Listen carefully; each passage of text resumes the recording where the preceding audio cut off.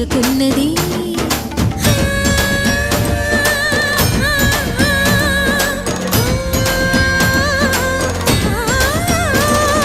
భవుని భువికి తరలించేలా, ధరణి దివిని తలపించేలా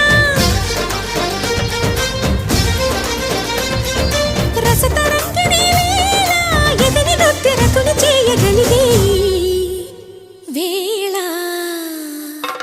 భరత వేదముగ నిరత నాట్యముగా కదిలిన పదమిది ఈశ. శివని వేదనగా వని వేదనగా పలికెను పదము పరేశ.